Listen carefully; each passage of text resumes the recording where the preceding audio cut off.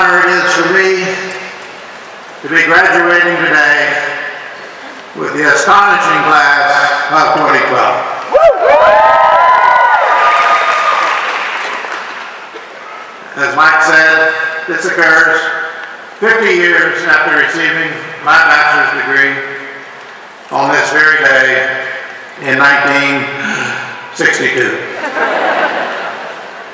There's so much that is astonishing about your class. In fact, 4 years ago, I had a conversation with a member of this astonishing class, and he said, "I want to thank you for naming my class after me."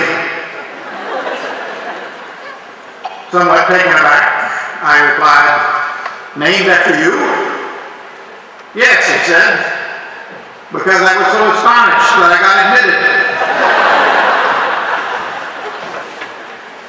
Then as recently as during this past week, during a week of graduating class traditions, I reminded that same student of our earlier conversation and asked him if he were astonished to be graduating within 4 years. "No," he said, "but I am astonished that after 25 years, you are finally graduating." Let me congratulate today each graduate and each parent on the occasion of your having earned the baccalaureate degree, the AB or the SB. It's given me much pleasure to get to know you over the past 4 years. Yours is a very special class, filled with men and women of talent, skill, industry, accomplishment, and the zest for life, Lord knows. 4 years ago, I welcomed you to Elmira College, noting that yours was one of the most accomplished classes to arrive here in over 20 years. I predicted that you would come to be known as the astonishing class of this college and challenge you to achieve in accordance with your great potential. You have my congratulations and my respect, for you have fulfilled your potential here. You have earned your status as the astonishing class of 2012.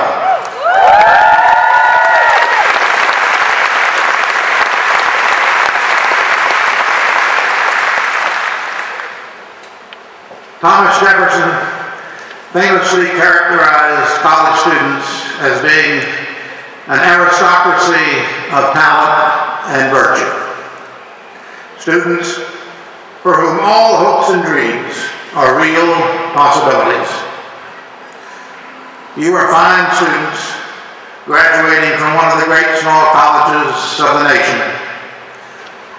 As our college's first president, Dr. Augustus Woodruff Coles, said in his first speech here, Elmira College was destined to be one of the great centers of educational influence for our whole country.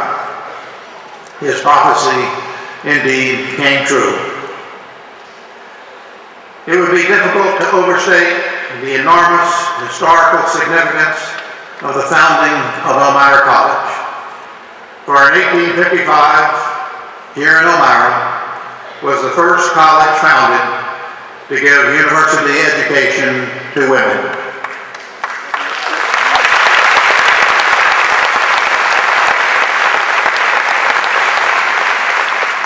Thus was constructed the third of the 4 great pillars erected to establish access to higher education in America. The first pillar was, of course, the first college established in America, Harvard College, founded in 1636 to educate white men. The second pillar was Dartmouth College, founded in 1769 to offer education to the men of the native population. The third was Elmira College, founded in 1855 to provide university education to women, a then unserved half of the population. And the fourth pillar with our nearby little sister, Cornell, which opened 10 years later in 1865, and which formally dropped the race barrier with Ezra Cornell's declaration to found an institution where any person may find instruction in any study. Like our nation itself, Elmira College has a worthy, even a noble beginning, a tenacious spirit, and a fascinating history deeply embedded in the fabric of the human and American experience, as well as a respect and reverence for its own long-lived traditions of academic and student life and of community and alumni support. Like Harvard, Dartmouth, and Cornell, Elmira College helped a maturing nation grow stronger. As late as 1900, Elmira College graduates still made up over 10% of the women in America who had achieved bachelor's degrees. Elmira College's 7th president, Dr. Frederick Lent, who led our institution during one of our golden ages, the 1920s, urged Elmira College students to great accomplishments. At the commencement exercises of 1919, he encouraged graduates, and I quote him here, to put your life into courses which are so vast that you will never see the work finished.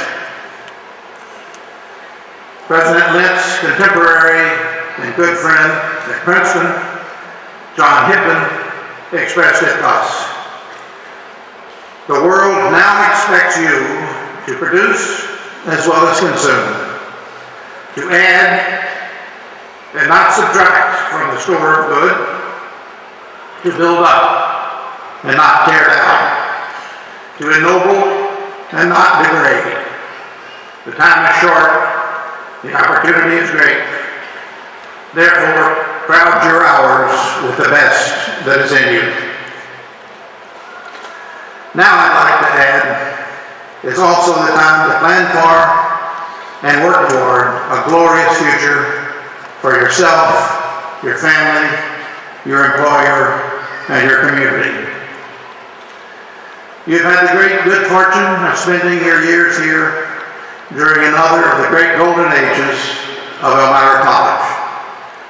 In the past two decades, this college has risen dramatically in the national rankings, adding new luster to its own historic strengths and adding great value to the worth of your new degree.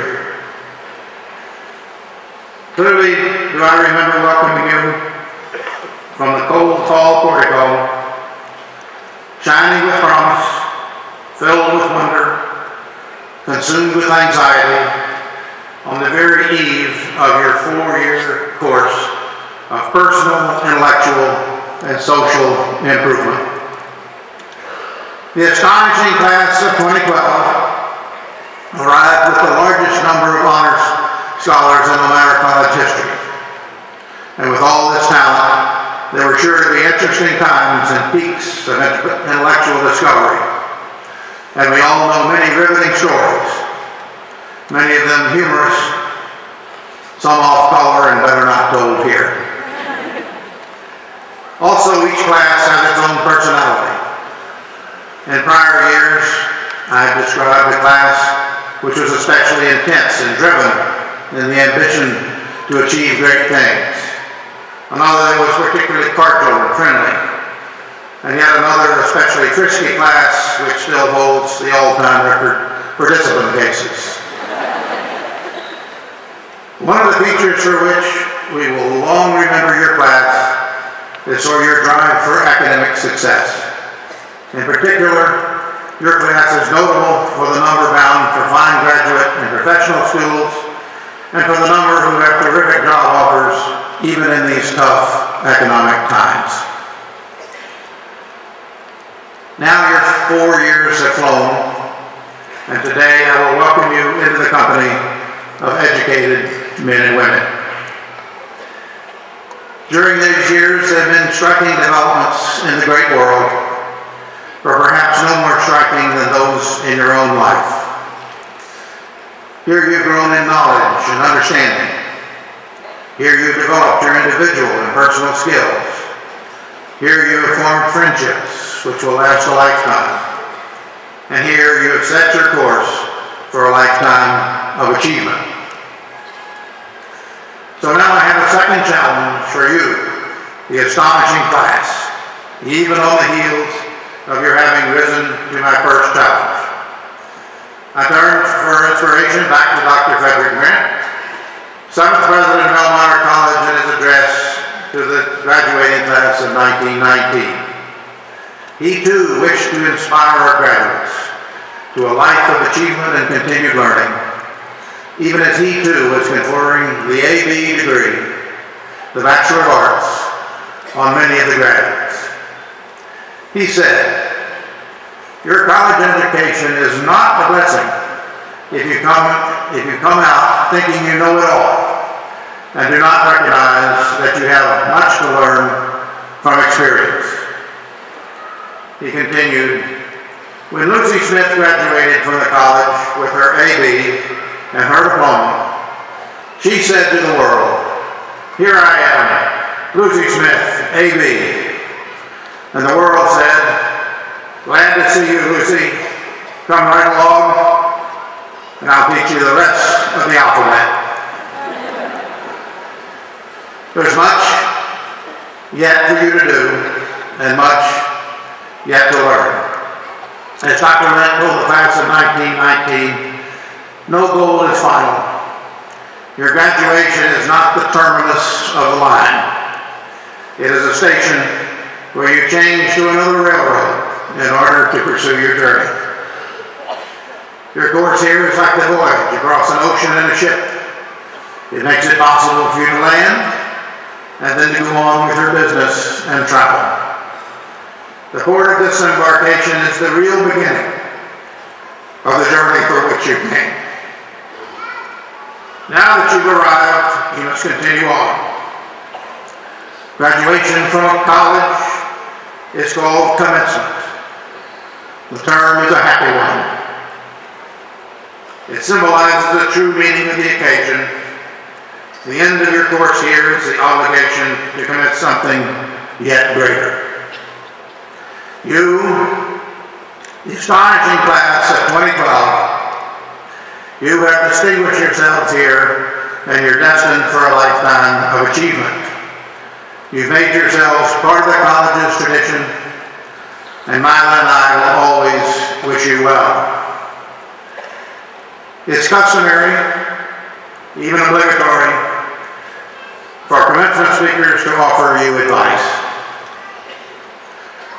I will now give you the best advice I know. It has certainly worked well for me. My advice is this: do not hesitate to marry someone who's smarter than you are.